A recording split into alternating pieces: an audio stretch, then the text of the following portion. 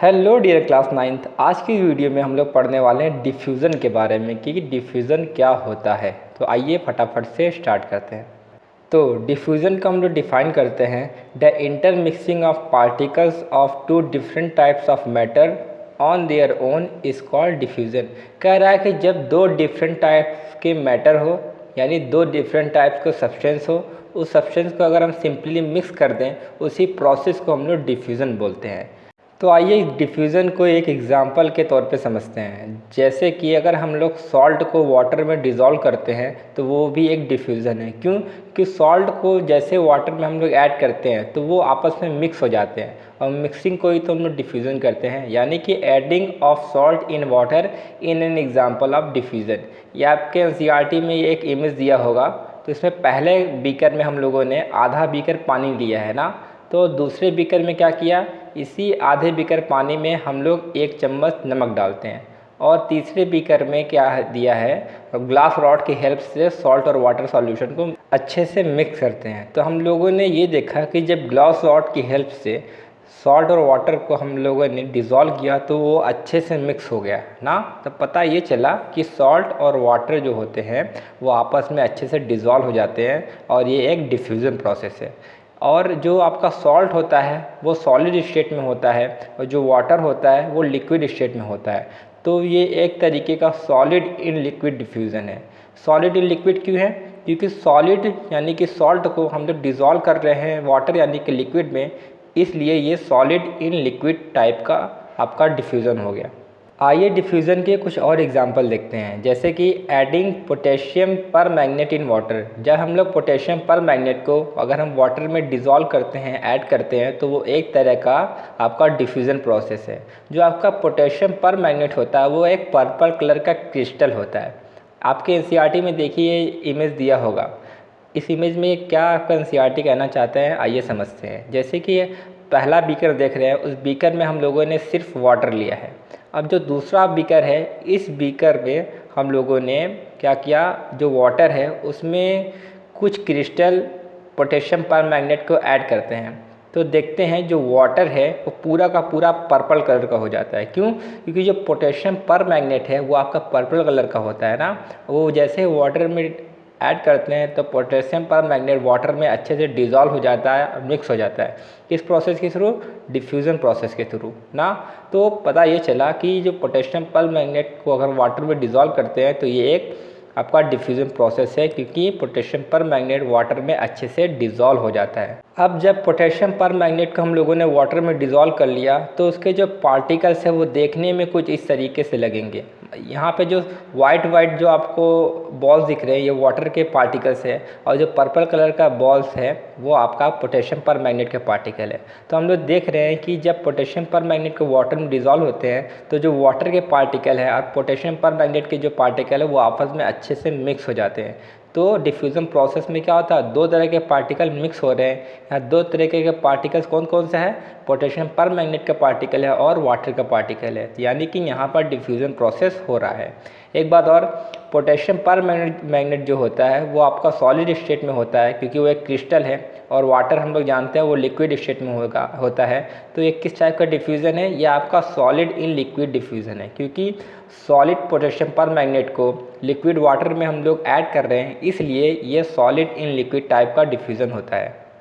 अगला एग्जाम्पल है dissolving copper sulphate crystal into water. यानी कि जब हम लोग वाटर में कॉपर सल्फेट क्रिस्टल को डिज़ोल्व करते हैं तो वो भी आपका एक डिफ्यूज़न प्रोसेस है। इस इमेज में देखिए, इस बीकर में हम लोगों ने वाटर लिया है और कॉपर सल्फेट क्रिस्टल को इसमें हम लोग ऐड कर रहे हैं। तो यहाँ पर दिख रहा है जो स्पून में लिया है ब्लू कलर का कंपाउंड वो एक कॉपर सल्फेट का क्रिस्टल है। यानी कि जो कॉपर सल्फेट का क्रिस्टल होता है वो ब्लू इन कलर होता है।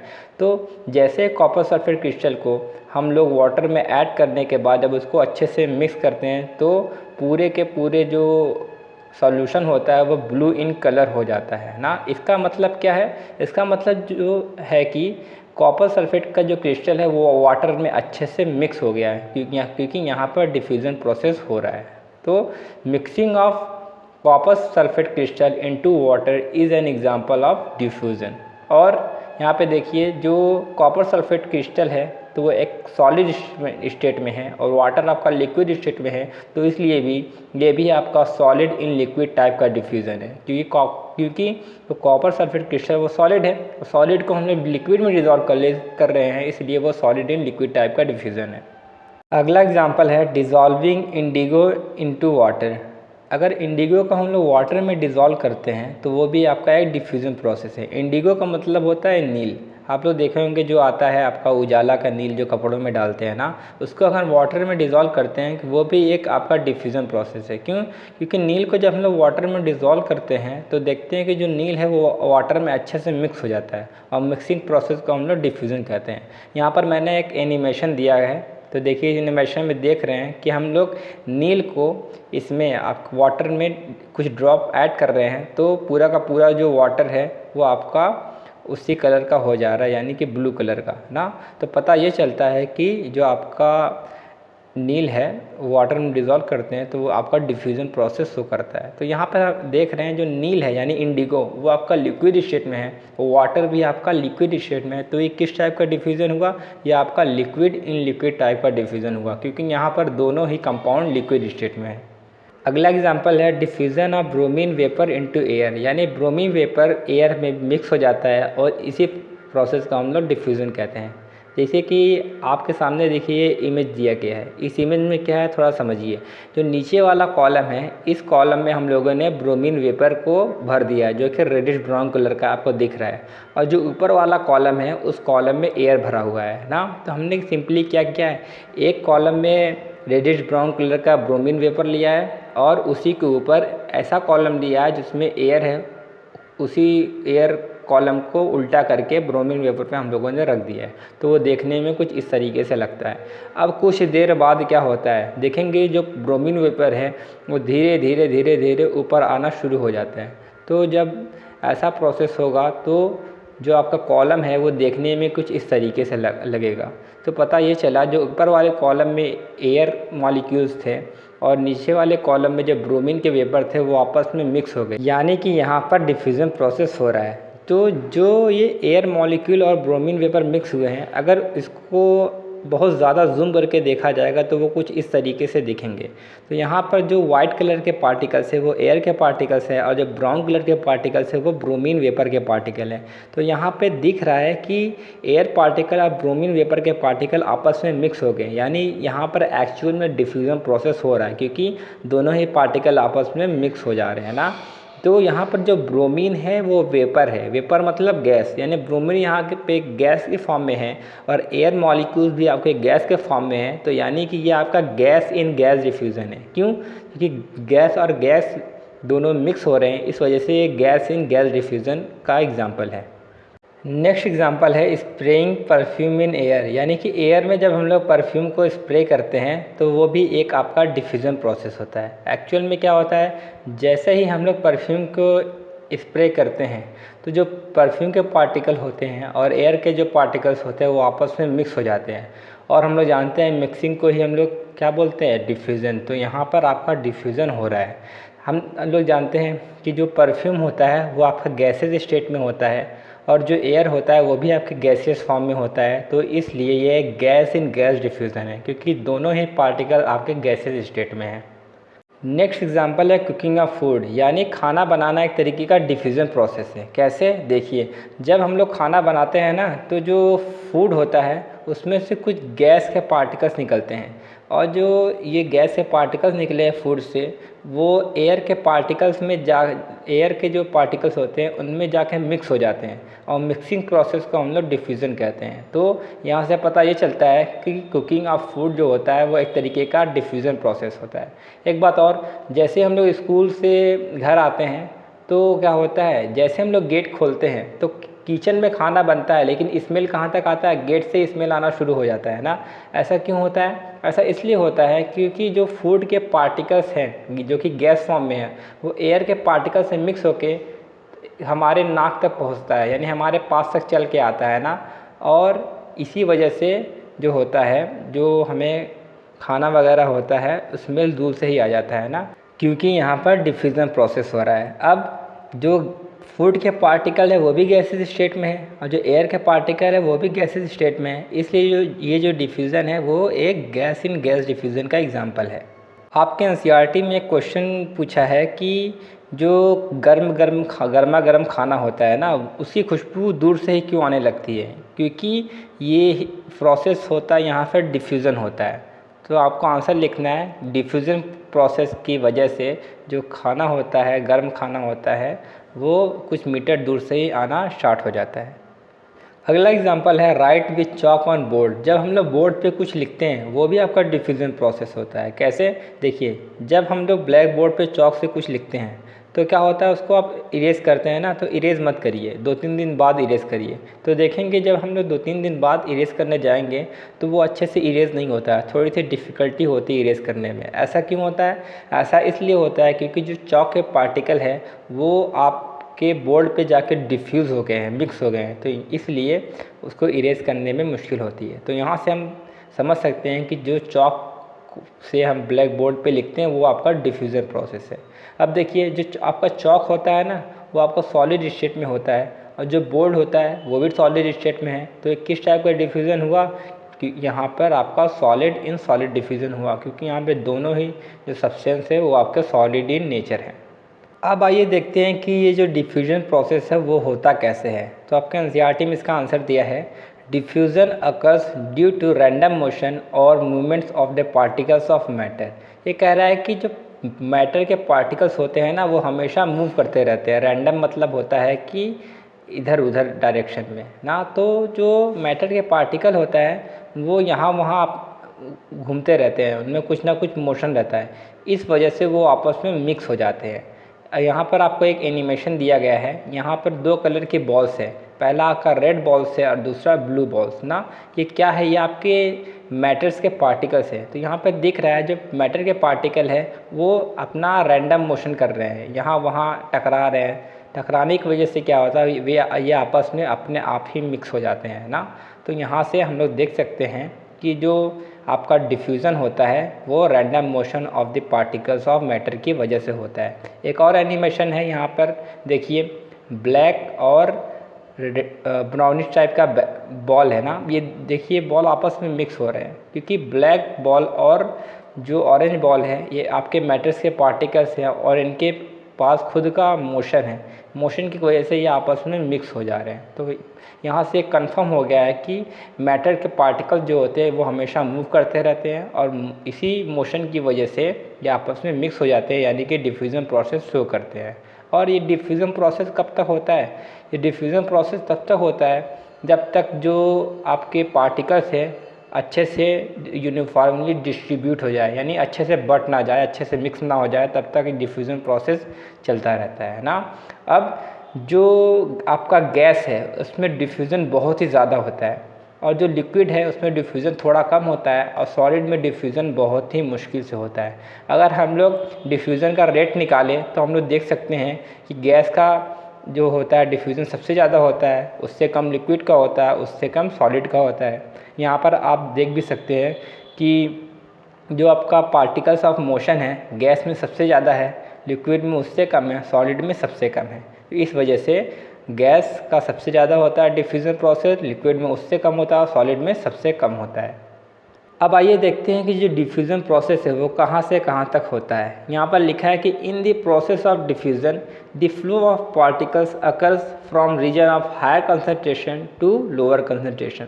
कह रहा है कि डिफ्यूज़न प्रोसेस में जो पार्टिकल्स होता है वो हायर रीजन से यानी हायर कंसंट्रेशन से लोअर कंसंट्रेशन की तरफ जाते हैं। आइए इसको एक एनिमेशन के थ्रू हम लोग समझते हैं। तो देखिए यहाँ पर एक जार है, उस जार में हम लोगों ने गैस भर के रखा है और उस गैस पार्टिकल को हम लोग ग्रीन डॉट से रिप्रेजेंट कर रहे हैं ना। और बाहर आपके जो ब्लू कलर के पार्टिकल्स है वो आपके एयर के पार्टिकल्स है ना। तो जैसे ही इस जार को हम लोग खोलते हैं तो देखते हैं कि जो ग्रीन कलर के बॉल्स है वो जार में से निकल के आपके ब्लू कलर के बॉल्स में जाके मिक्स हो जा रहे हैं ना। इसका मतलब ये है कि जो जार में गैस रखा है उसका कंसंट्रेशन या कह लो उसका जो प्रेशर है वो ज़्यादा है और जो बाहर आके ब्लू कलर के बॉल्स है उसका कंसंट्रेशन यानी उसका प्रेशर कम है। तो हमेशा डिफ्यूज़न कहाँ से कहाँ तक होता है? हायर रीजन से लोअर रीजन ना, यानी हायर प्रेशर से लेकर लोअर प्रेशर या हायर कंसंट्रेशन से लेकर लोअर कंसंट्रेशन। तो यहाँ पर जार का जो प्रेशर है वो ज़्यादा है और बाहर का प्रेशर कम है, इसलिए ये हायर कंसंट्रेशन से लोअर की तरफ जा रहा है, यानी जार में से जो पार्टिकल्स है वो बाहर जा रहे हैं ना। तो यहाँ से हमें पता चलता है जो आपका डिफ्यूज़न प्रोसेस होता है वो हमेशा हायर कंसंट्रेशन से लोअर कंसंट्रेशन में मूव करता है। अब आइए हम लोग पढ़ते हैं कि डिफ्यूज़न पर टेम्परेचर का क्या इफ़ेक्ट पड़ता है, यानी कि what is the effect of temperature on diffusion. तो इसमें लिखा है कि the rate of diffusion increases on increasing the temperature. कह रहा है कि जैसे जैसे हम लोग टेम्परेचर को बढ़ाएंगे वैसे वैसे डिफ्यूज़न प्रोसेस भी जो होगा वो आपका बढ़ेगा। ऐसा क्यों होता है? ऐसा इसलिए होता है क्योंकि मैटर के पार्टिकल्स के पास होता है काइनेटिक एनर्जी। जैसे ही हम टेम्परेचर बढ़ाते हैं यानी किसी मैटर को हीट करते हैं तो उसकी काइनेटिक एनर्जी बढ़ती है। काइनेटिक एनर्जी का मतलब होता है पार्टिकल्स इन मोशन, यानी पार्टिकल्स जब मोशन में होते हैं उनके पास जो एनर्जी होती है वो काइनेटिक एनर्जी होती है ना। तो जैसे हम लोग हीट करते हैं तो काइनेटिक एनर्जी बढ़ती है, यानी पार्टिकल का मोशन बढ़ता है। पार्टिकल का मोशन बढ़ने की वजह से पार्टिकल्स है वो अच्छे से मिक्स हो जाते हैं, यानी और अच्छे से डिफ्यूज़ हो जाते हैं। इस वजह से डिफ्यूज़न प्रोसेस बढ़ता है ना। तो हमेशा याद रखिए टेम्परेचर बढ़ाएंगे तो डिफ्यूज़न बढ़ेगा। क्यों बढ़ेगा? क्योंकि टेम्परेचर बढ़ाने से काइनेटिक एनर्जी बढ़ता है और काइनेटिक एनर्जी बढ़ेगा तो डिफ्यूज़न प्रोसेस भी बढ़ेगा ना। इसका उल्टा क्या कर सकते हैं? इसका उल्टा हम कह सकते हैं कि टेम्परेचर अगर हम घटाएंगे तो काइनेटिक एनर्जी घटेगा, काइनेटिक एनर्जी घटेगा तो डिफ्यूज़न प्रोसेस भी घटेगा। आइए इसको और अच्छे से थोड़ा समझते हैं। इस एनिमेशन में देखिए, पहले वाले ग्लास में हम लोगों ने गर्म पानी लिया है और दूसरे वाले ग्लास में हम लोगों ने थोड़ा कोल्ड वाटर लिया है, और दोनों ही ग्लास में हम क्या करते हैं, कुछ ड्रॉप ग्रीन कलर का कोई कलर हम लोग उसमें डालते हैं। तो देखते हैं जो हॉट वाटर है उसमें जो कलर है वो जल्दी से मिक्स हो जा रहा है, लेकिन जो कोल्ड वाटर है उसमें जो कलर है वो थोड़ा देर में मिक्स हो रहा है। ऐसा क्यों हो रहा है? ऐसा इसलिए हो रहा है क्योंकि जो हॉट वाटर है उसका टेम्परेचर ज़्यादा है। टेम्परेचर ज़्यादा होगा तो काइनेटिक एनर्जी ज़्यादा होगी, काइनेटिक एनर्जी ज़्यादा होगी तो डिफ्यूज़न ज़्यादा होगा। डिफ्यूज़न का मतलब अच्छे से मिक्स हो जाएंगे ना।